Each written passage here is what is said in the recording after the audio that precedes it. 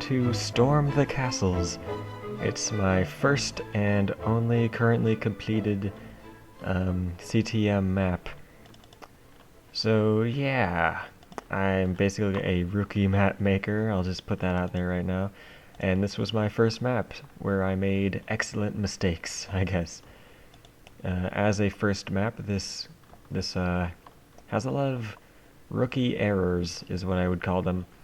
A lot of trip-ups that I would have probably changed had I made this map as like a second map that I made, because I was just kind of winging the entire map making thing for most of this, especially the first few areas of this map. So yeah, I'll be talking about those kind of errors in this developer commentary. I'm Smigalo, I guess, if you don't know me. So yeah, welcome to Storm the Castles by Smigalo. And this is just a death counter straight from Inferno Mines. It's like I just copied and pasted that one because I was too lazy to make command blocks back then. I can make them now. Like I have no trouble with command blocks anymore thanks to this map, actually. Hopefully you can't hear that dog lapping his water in the background. He's a really old dog and makes a lot of noise when he's lapping. So anyway, let's get to these where do you go? There we go. These additional information books. Basically, these are just side information for this map in particular, and they're like expanding upon these rules, basically. So, find and complete the Wool Monument. Use at least easy, never peaceful. Do not leave the map to explore the bedrock lands. Only use the wools from fleecy mobs for the Wool Monument. You may craft the metal and gem blocks for the Wool Monument. You may use wool for non-Wool Monument purposes, beds. Do not pick up, break, craft, or place ender chests. Do not make a portal to the nether.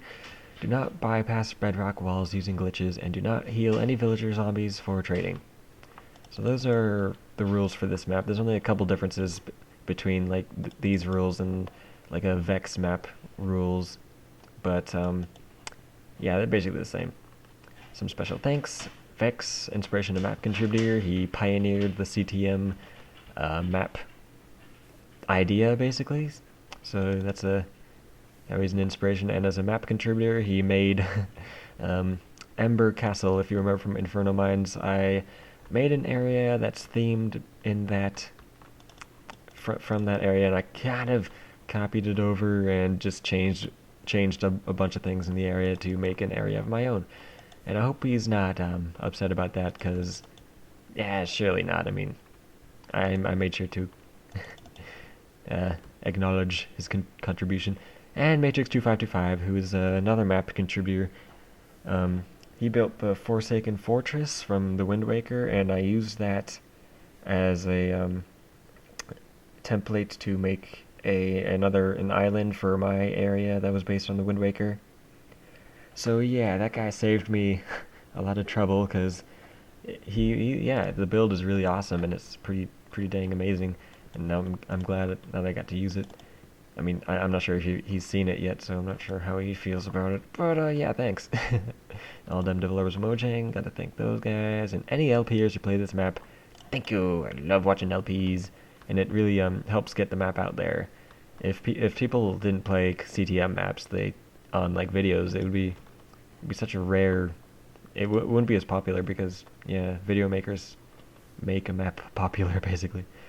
And Juggles3, my brother attempted to play test, and he didn't do very well, but, you know, might as well thank him, and Mommy and Daddy, because that sign needed something on it. Oh yeah, these books. So I'll just go through this real quick and let you pause if you want to read any of the details, but this is just like map-specific suggestions, basically, on how to play this map, and how to not cheat, basically, or, yeah, whatever. Alright, so let's get on to the actual like supplies to start you off.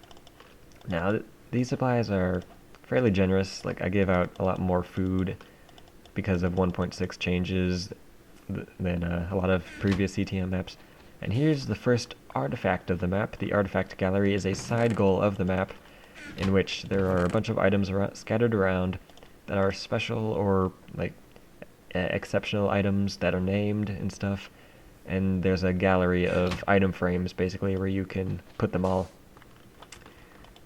And so, yeah, Everblade is the first artifact you obtain, but for this run... Oh, this is fashion statement. I had to put that in because why not? So, yeah, for this run of the map, I'm going to avoid / not use artifacts, because I want to complete the artifact gallery for one, and for another thing, I want to play the map as a player would play it without finding hard-to-find loots, basically. Okay, dang it. Yeah, that jump is the only jump people usually had trouble on, is the corner jump. But yeah, please refrain from using blocks on the parkour course. God dang it. Okay, that was lag. Did I change my render distance to be super far? Because that might be causing a bit of lag here. Because high render distance along with fraps doesn't do the computer very much good. It lags it a lot, so... Yeah, this corner jump... God damn it, Ralph Fraggle. Yeah. I'll just cut till when I'm at the checkpoint. Alright, after a few more attempts back there, I made it to the checkpoint. This is a checkpoint because you can break this glowstone block right there easily, and it'll flow water down there so you can climb back up if you fall. But you really shouldn't be able to fall like off the course at this point, because yeah, if you fall, you're probably gonna land on the platform with water. So that's pretty safe and nice, and yeah, here we are. Here's your reward. Your parkour boots, which is another artifact, along with Everblade, and it's got plus 10% speed, which is, yeah, really good and nice to have if you want to use it. And it's also got a lot of feather falling and unbreaking, so that won't break. But yeah, it's a really useful item if people want to go faster and rush areas and stuff. Probably should have had... I didn't take a pick out of the out of the starting supplies, so let me just get a glowstone block going and hop the fence. Alright, so yeah, let me grab these little holes. So this pillar is hollow, and it's dark in there because I didn't notice it when I was building this, apparently. And I noticed in Timuffin and Mr. Scary Muffin's LP, which is the LP that I've seen the most of, by the way. It's what I'll be basing most of my assumptions off of other people's LPs on, because they're the LP I've seen the most of. They've actually finished the map, but they're uploading the LP like every Tuesday, Thursday, and Saturday. So eventually they'll have the whole map up on LP, but one of them streamed the whole thing basically, and I watched that to gain some feedback and stuff from the final few areas.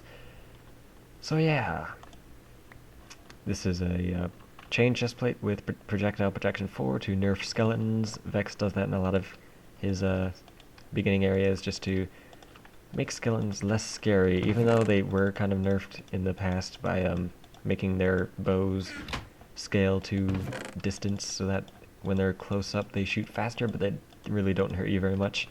And I'm generous with a lot of armor and loots in the beginning anyway, so you don't really need the projectile protection that much. I'm going to keep these beds here because I know I'm extremely generous with beds and everything later, a little bit later anyway too. So here's the noob test, and I'm just going to fall for it for the sake of falling for it. So this is a trapped chest, and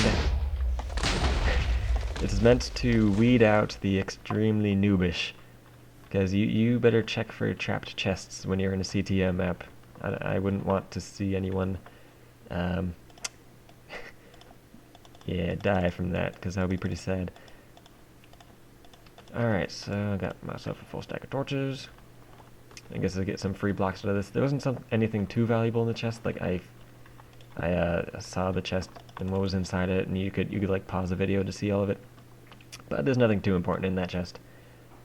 Here's a nice little garden. It's kind of like the only decorated thing in this entire starting area, because I don't focus on aesthetics. I don't like how most CTM maps basically just put a bunch of random colored blocks everywhere and call it decorating.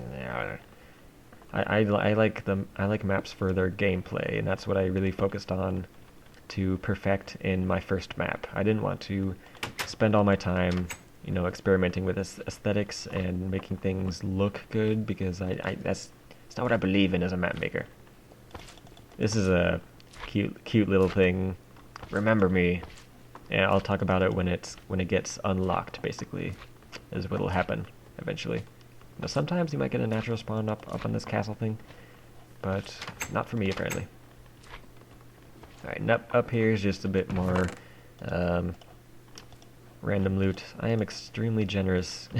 You'll notice on like the first, well, actually, I'm extremely generous on the whole entire map. Actually, I like giving the player enough supplies to reliably allow the player to have fun on the fun path.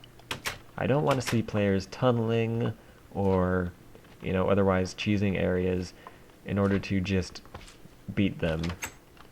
I don't like seeing that in any CTM map. Like, you'll see, if you see my Pantheon LP, I do a ton of tunneling eventually, because that's what you have to do to beat an area. It's just, you gotta tunnel around. There's a few more loots up in those towers, but I don't, I know it, I just don't need that much loot for beating this map, because I didn't make this very challenging. And yeah, Mickey Zombie, random natural spawn. I saw that knockback resistance. Alright, so no zombie flesh, really? Huh. Alright, so this is a Fortune 3. Oh my god, he's got an enchanted bow. Okay, this is a Fortune 3 Unbreaking 3 pickaxe and some coal for, you know, just starting up a coal supply in your inventory. It's nice and easy, and this pickaxe is, I'm probably just going to use this pickaxe anyway for the Unbreaking 3 and just ditch my normal pickaxe. But I don't think I'll need that much coal anyway. So, oh yeah. As the map maker, I have a very unfair advantage when playing my own map, in that I know where everything is and every little hidden loot. So this would be overpowered for someone to find, but I'm not going to use it because I don't really need it. I don't even know why I put that there. I mean, it's just... oh, there's water? There's water here? Okay, I'll just put a water bucket in them and call it a hidden loot. But yeah, so that's there. I haven't seen anyone find that yet. But I'm not going to utilize it because it's kind of an unfairly hidden thing. Alright, so this is a nice little quote from Vex and Legendary. You will not beat this map, you will just occasionally hear about someone else who does. Heart. Vex Legendary. So that was in intersection 5 of Legendary. It's just kind of a ominous thing to say at the final intersection of a map. So I liked that, so I put that in. And here's more extremely generous loot, because I'm me. And I just don't feel like limiting the player at all. I'd like to see players utilize things and like not be so limited to extremely limiting stuff. I don't know, I'm generous. That's all I can say right now. Alright, that's not bad. I only made this thing 1 thick, okay. This had a sign that said anti-creeper, and it's anti-creeper because it's a flint and steel with knockback on it. And I actually haven't seen anyone use this the way it's supposed to be used. Like, I'll show you. So I'll get this guy behind this creeper, and then right click, left click, boom. I just use a creeper as a projectile to kill a skeleton. And that's what this thing is meant to be used for. You just blow up creepers safely, and you can use them as projectiles if you really wanted to. But I haven't seen anyone do that. It's a flint and steel with knockback. That means you can light creepers off, and they'll go off and die, and yeah, that'll be the end of the creeper. But nobody's used it like that yet, as far as I've seen. So yeah, and you'll see in Building Blitz when I do that series that like the entire starting area and the entire friggin' first intersection is about using a flint and steel to remotely blow up creepers to do all sorts of stuff. That's a nice little gameplay thing I like about flint and steels. Like they've actually become extremely useful for killing creepers and mobs and stuff. Now up here is something rather generous. It's a Power 1 bow in the first area of the map, just handed out like candy. So yeah, this is here, and it's really easy to get, and it's actually really nice for the first area. Power 1 is actually really good for a bow to have, because power 1 is like, it does the most out of each power increment, because it's the first one and stuff. Natural spawn witches. So I guess I'm going up the ladder. There's a couple ways you can tackle this area. You can go up the ladder and go on the roof first, or you can go in the front door and tackle the entire interior of the castle. I might actually want to go for the whole interior just for completionist's sake, and I think it's a bit easier to go through the entrance too. So let me just take out these witches from afar. That shouldn't be too hard. Maybe kill a spider or two, and then head right inside. So there are various like lighting sources, like that flame, that make this area a little less scary. Die. Are you drinking your fire resist? Oh, I didn't get it. Okay, those skeletons are fighting. And also that spider is fighting the skeleton. So I can take this moment to regen a bit. It's coming after me? Yeah, he is. Okay. So this entire area shouldn't give you too much trouble if you, you could either take your time or rush things. But, yeah, it's kind of just a nice, easy little castle to ease a player into the map. Like, I guess maybe all these skeletons might give a bit of trouble because of how skeletons can like knock you back and prevent you from hitting them, but you should be able to kill them all eventually and run in here and light up the spawner. And you can farm these spawners if you want. Like a lot of spawners in this map, yeah, they're really farm susceptible, so that you can get, you know, like the mock fleecy mob that you'll see in a minute. That thing is like really good to farm at this point in the map. Like you get infinite iron swords, chain armor. It's pretty ridiculous how you can just get that in the first area. But that's basically what he's here for. He's kind of useless otherwise because he's a mock fleecy mob. So he doesn't actually drop a wool. He has a quartz head instead. Which I guess is just to give an example of what a fleecy mob will look like in the future to the player. It's actually pretty tough though. Like if he hits you, he does a lot of damage with the... He has an iron sword and he's a zombie, so... Ever since 1.7 in the new hit time on enemies that I've made a few videos about now. Yeah, zombies, if you give them like any increase in attack damage, that increase multiplies now that they hit faster. And if they sneak up on you, it does like a crazy amount of damage in a short period of time. So you really have to look out for, you know, melee enemies behind you.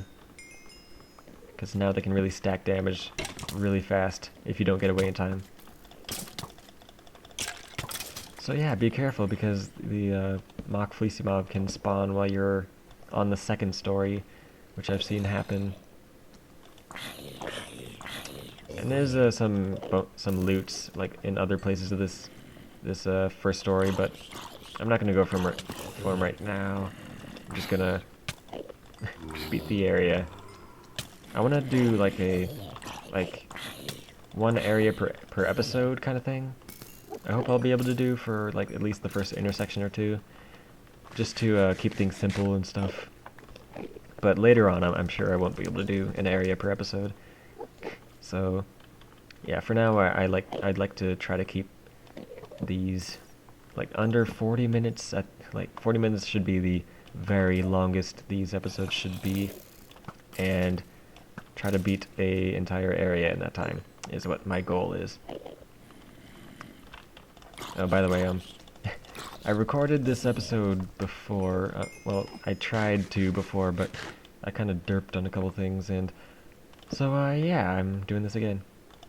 You can see the fleecy mob's name already. Yeah, so if you come up here, you can spawn the mock fleecy mob prematurely, and with the new zombie AI, well, it's not really new anymore, is it?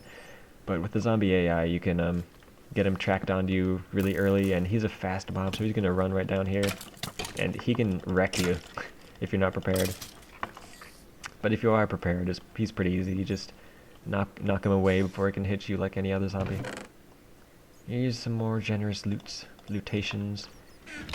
And yeah, I'm not looting very many of these random loot chests. I'll try to avoid overstocking on random loots in this commentary, or this playthrough, I guess. Yeah, it's more of a playthrough than a commentary, really. It's a playthrough in which I explain my process and thoughts behind areas. Oh, is that 3 of them in there? Okay, oh, by the way, those skeletons came from a skeleton spawner up in that tower that I put there to just make the area a bit more challenging. And there's the mock fleecy mob. He isn't too challenging if you have like a bow you can use. But he is pretty fast, and he has an iron sword, so if he surprises you, or if you get lagged or something, he can be pretty deadly. But he does drop iron swords, which are extremely generous for this point. It's the first area. What other CTM map have you ever played where you get an iron sword in the first area? Like, I can't believe how generous I was in this map. So, in those towers is some more loots, and also, so every other of those towers has a loot, and the other towers has a skeleton spawner. And what I want to do is get in there and get the coal blocks that are surrounding the mock fleece mob spawner. Let me just blow up that skeleton. Yeah, I love that. You can use creepers as like missiles. Okay. Yeah, you can blow up those guys. Yeah. I can't wait to see people play Blitz and like discover that they can do that with creepers. Cause yeah, I like knockback with flint and steel and stuff. So let me just ignore this guy while I run around and light up a spawner so no more spawn. And yeah, you can see the spawner is surrounded by coal blocks, and that it's a pretty generous amount of coal. That's how many blocks? 5? 5 blocks times 9 coal. That's 45 coal right there. just waiting to be mined. Dang. Didn't get me an iron sword, whatever. This one's about to break though. So yeah, if I were you, I wouldn't break the spawner. I would farm it for iron swords or something. And yeah, it's pretty generous to have like a spawner like this. It's like free full chain and iron swords. The drop rate is pretty high. I think is like 10 to 20% on the iron swords and chain. So yeah, if you want to farm those are pretty efficient to get iron swords and chain chestplates. But for now, I think that's all I have to say about this area, or all I have to do in this area. It's just a dang bat. At the start, at one point, I had a bat kill counter I wanted to make, or I tried to make, but I didn't think it would work. It worked out very well, and I just took it out. But that would be fun to put in if you wanted to make a scoreboard or something. So this exit it comes out of this room that you saw before. It's not that hard to find, but yeah, you might have trouble if you kind of didn't want to go inside the castle, I guess.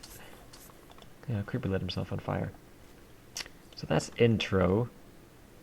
I think like after areas, I should probably talk about the area as a whole.